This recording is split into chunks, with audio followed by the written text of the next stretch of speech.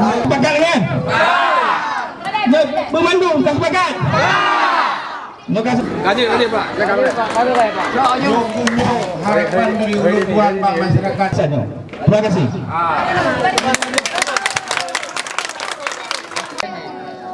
Nyolap. Kamu berapa nanti piye mo?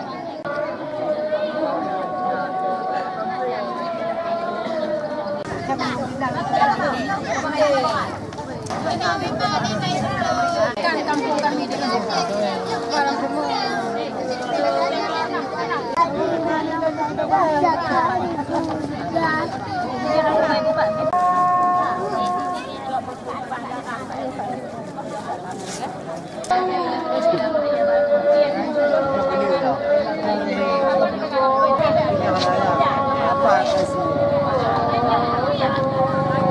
Juga saya, padahal jadi pemerintah atau bupati itu, pulau tetap desa. Sekarang kami sudah menetap kami ada ini cek atau apa itu interim namanya. Kalian, kalau kalian memang ingin lahannya kalian minta 1 per hektar per kakak dalam rangka mempertahankan desa pulau direncanakan tanggal 21 ini peresmian wilayah administrasi pulau ke Lumane yang kecamatan Kampung Kuala Tang, kecamatan Kuala Pesisir.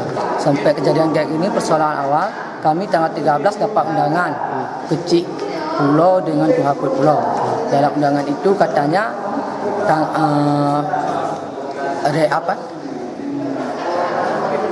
pemindahan administrasi Kampung Pulau ke Lumane. Dalam rapat itu tanggal 14. Jadi kami datang tanggal 14, yang datang kecil sama Tuhaput. Bupati langsung dengar Pak Kecik sama Pak Tuhaput bagaimana hasil rapat Bupati. Setuju enggak setuju warga Kampung Pulau tanggal 21 ini bulan 7 2016 diresmikan pemindahan administrasi Kampung Pulau ke Lumane. Jika tidak dipenuhi gimana? Jika tidak dipenuhi katanya hilang. Hilang. Entah hilang apa kita enggak tahu.